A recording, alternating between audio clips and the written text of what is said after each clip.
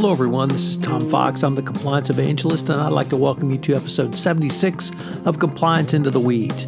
This is the podcast where, with my good friend and colleague Matt Kelly, founder and editor of Radical Compliance, we take a deep dive into a compliance topic, literally going into the weeds to fully explore a topic each week. This week we begin what will no doubt be a multi-part exploration of the Facebook Cambridge Analytica imbroglio. Today we focus on, though, the response of Facebook to its Chief Information Security Officer's request to speak directly to and have a reporting line directly to senior management. He had been reporting to the General Counsel, and the General Counsel did not want him reporting up. It speaks to the role of a compliance officer who wants to have a direct reporting line to a board or senior executives. And it also speaks to what happens when the General Counsel's office controls the information flow to senior executives. It's a fascinating exploration of corporate governance and corporate ethos about security and the differences between the compliance function and the legal function. It's a fascinating exploration. I know you will enjoy it. Compliance Into the Weeds is a part of the Compliance Podcast Network. Hello, everyone. This is Tom Fox, back with my good friend and colleague, Matt Kelly of Radical Compliance, for another episode of Compliance Into the Weeds, the podcast where we take a deep dive into a compliance or compliance-related topic each week, literally going into the weeds to fully geek out. And boy, we have a fun one today. And it's based on Matt's blog post, The Core Ethics Challenge in Facebook's Flop. So, Matt, with that, you want to set the stage on this for us? Yeah, sure. So I had been watching this meltdown, for lack of a better word, with Facebook and Cambridge Analytica, and that news that Facebook had basically allowed Cambridge Analytica and its henchmen. I'm not even sure I fully understand all of the players here. Walk away with personal data of more than 50 million Americans that they then use to build up the strategy for the Trump campaign, and all of these allegations and suspicions that were they also working with the Russians or were they not? Were the Russians using Facebook separately than what Cambridge Analytica was doing? And, we could talk about that till the cows come home. However, I think the most important tale, the best symbol of all of how this went wrong, was the story the New York Times had last week about the Chief Information Security Officer at Facebook, Alex Stamos, who decided last week that he is leaving the company because he disagrees with how Facebook has been handling this from the start, I think from almost as soon as he arrived in 2016. And the New York Times laid it all out, like what Stamos realized about Russian interference when he was putting it together, and how he was trying to raise that concern to senior Facebook executives who basically shot him down. And the legal and PR and senior leadership teams at Facebook all said, no, we're not going to admit this to the public until the public found out anyways. And we all knew that the Russians were working on this. And then came the news on March 17, that Cambridge Analytica really had just fleeced the personal data of so many millions of Americans who probably had no idea this was happening, would not have allowed it, would not have consented to it, and probably are not comfortable that analytics about their data were part of what put Donald Trump into office, and which a great many people are not comfortable with. So it was quite the tale, but the way that Stamos tried to raise the alarm and was silenced to the point that he eventually had to seek out greener pastures. I guess he's leaving in the summer. That's the cautionary tale and the symbol here. So, Matt, if I could just add a part on that I had also picked up from this story, was that in January of 2018, Mr. Stamos, who led a department of approximately 147 people, had his department right-sized out from under him, and he now supervises three people.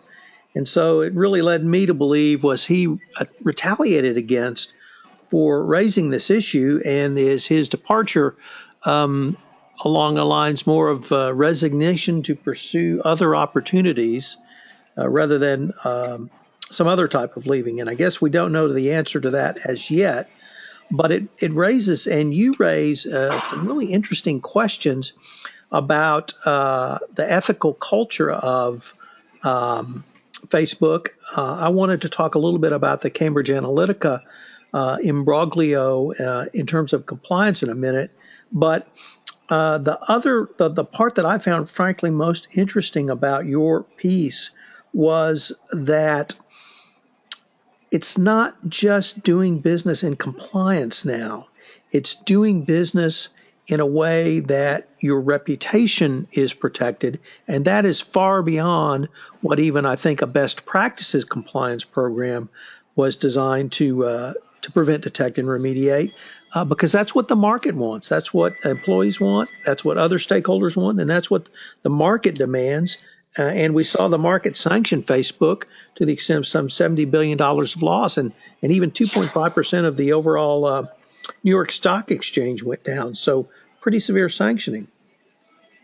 Well, what stuck out to me as the New York Times was laying out the various alarms Stamos was trying to raise was in December of 2017, Stamos, who had already been saying the Russians were all over this, we have a big problem, we should be talking about it. In December of 2017, Stamos proposed that he report directly to Facebook senior executives, such as either Mark Zuckerberg, the CEO, Sheryl Sandberg, the chief operating officer. And why didn't he already? Because he reports to the general counsel. And when I saw that, I was like, ugh, that is just such a bummer to read, because how Facebook conducts itself and what itself is nothing more than data on 2 billion or so Facebook users now. That is the core of the business, and keeping it secure is an imperative that is at least equal to the legal liability questions that swirl around Facebook every day. It is not subordinate to it. But as soon as he said, get me away from legal, let me be independent and bring these issues straight to senior leaders, they gave him the deep freeze, like you said. And compliance and ethics officers, I am sure, will feel some sympathy for Alex Stamos, because that happens to them all the time too. And I know it, and you all know it, because you call me and Tom and you tell us about it, that you see some misconduct, you see an ethical concern, you want to raise it, and the lawyers put you in the deep freeze. And it happens all the time. And look at the consequences when it happened here at Facebook. That was what really jarred me about this whole situation. So really, and the other thing you point out is that it's preserving brand value that is so critical now, certainly over the past few scandals we've seen in the corporate world. And that is really intertwined with, as you say, preserving trust. And trust is based on a set of shared core values that guide everyone's behavior. And now we're seeing the marketplace really sanction companies for that violation of trust. I think that we are. Yeah, I laid it out, like you said, in that basically equation of a sentence there, that if preserving brand value, which is what boards say they want to do, if preserving the value is intertwined with preserving trust, which is what we all talk about when we publish these big thought leadership surveys of 2 zillion CEOs, what's on your mind, generating public trust, keeping it here. Well, trust is based on core values that guide everybody's behavior. Tom, I trust you stop at a red light. You trust I do. Then really what we're saying is the foundation of brand value is protecting shared values. And my sticking point with the legal department is that is not what the legal department is charged with doing. The legal department is charged with reducing legal liability, and they're often very good at it. But that is a cold-blooded, factual, logical analysis. It's fine to do it, but then after that, you need to layer on what are these shared ethical values that all humans have. And when you group them all together with a common paycheck, it's a company, but nonetheless, core common values we all have. They are on top of legal. They are not before legal. And that's why I kidded around with a kind of a radical idea, so to speak, is, well, why not have legal report into ethics and compliance? Because protecting that generates trust, and that's what's going to matter from here in the future. And when you try it the other way around, that's the Facebook way, and look at what happened to Facebook. It's interesting, Matt. This past week, Wei Chen posted on her Bloomberg column 7 indicia of a compliance program that was designed to fail or was deigned to fail. And one of her indicia was that the compliance program simply tried to prevent violations of the FCPA. And that, to me, really tied into what you articulated here, that it's much broader than compliance with any specific law. And if we now have the equation, as you've laid it out, that preserving brand value is equated with preserving trust, and if you violate either one of those, you're going to have a negative financial sanction, that I think companies really need to rethink how they're protecting that reputation in a much more holistic way, and maybe even more holistic than, an ERM approach. That may be so. And I think picking up on an FCPA violation, that's a great example. I can see how a lawyer would make a very cogent argument that we should not disclose this FCPA violation. We probably won't get caught. It's cheaper for us just to fix it and never do it again. I am all for having a lawyer on your staff who can make that argument and go ahead and make it persuasively, because there are times when that is going to make the financial sense. However, what is financially good sense and what is reputationally and over the long term ethically, and I guess I trust good sense, would be to step forward and admit it anyways, because all of us would say that we would prefer somebody own up to a mistake and admit it rather than hide it and cover it up. We would trust the person who owns up to the mistake more than the person who covers it up. Well, if that's true in the person, I don't see why that's not true in the group of people known as the organization. So once the lawyer comes up with the argument of why not to disclose, they should shut up and then let the people charged with thinking about what is the best interest of the company, what is the right thing to do with all of our stakeholders. Well, let's decide. And that probably should be, I think, you do disclose, even if it is going to wind up being a financial punch in the nose. And the ethics and compliance officer is going to be somebody who should be in those senior councils trying to make that decision. The lawyer can only take it so far, especially in this new era we have where everything is very interdependent. Everything is very fluid and volatile, because certainly Facebook was a great company 3 weeks ago, and look at it now. How much market cap has it seen wiped out? So you need to be thinking more about how do we maintain public trust, even if it's going to sting for a little while. Over the long haul, what do we do? And that's probably tied more to what's the right thing to do than a legal analysis of what is the cheapest way to avoid liability thing to do. Matt, from the corporate governance perspective, do you see those questions you've just articulated as falling within the remit of the board to start asking senior management? I think so. Somebody's got to ask them. I think it's perfectly fine for the board to for the CEO also to force the board to say, let's talk about this, because somebody has to. We're all part of the inner councils of the company. So who else's job is it going to be? I think that the compliance officer can somewhat be a foil to the legal officer, that while the legal officer is arguing with dispassion about what makes the most sense to reduce liability, the ethics officer can talk about what makes the most sense to continue to build trust and preserve, public support for a brand. But you can't do that if legal and compliance are one and the same. You can't do it well. And meanwhile, of course, I think for some companies, you can make the very same argument with IT security not answering to legal, and Facebook is one of those companies. But all the regulators talk about this. All the investors talk about it. If you go out and you poll public at large, they all talk about the urge to have public trust. And in fact, don't forget, we already do that. The Edelman Trust Report that comes out in every January surveys tens of thousands of people across the world, and they see that public trust in companies has been going down and down and down. In the U.S., it is under 50% now for the first time, I think, in it probably ever, but at least in quite a while. Most people now think of companies as untrustworthy. How would you get out from that? By figuring out what are your core values, by talking about them and sticking to them, even when it kind of sucks to stick to them. And even when the general counsel is going to pull their hair out saying, this is going to bring us liability.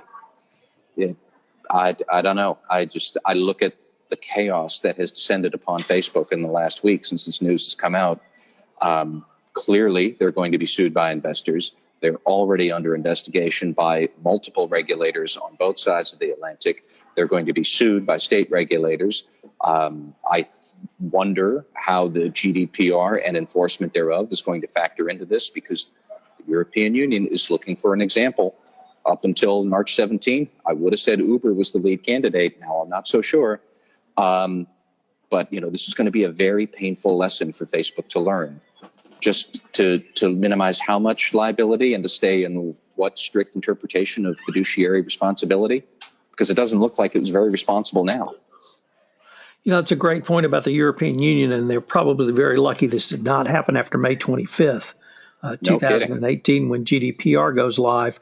But there's still significant liability on both sides of the Atlantic, and I think the European Union might certainly move faster in terms of a regulatory regime than either the U.S. regulators or certainly the U.S. Congress.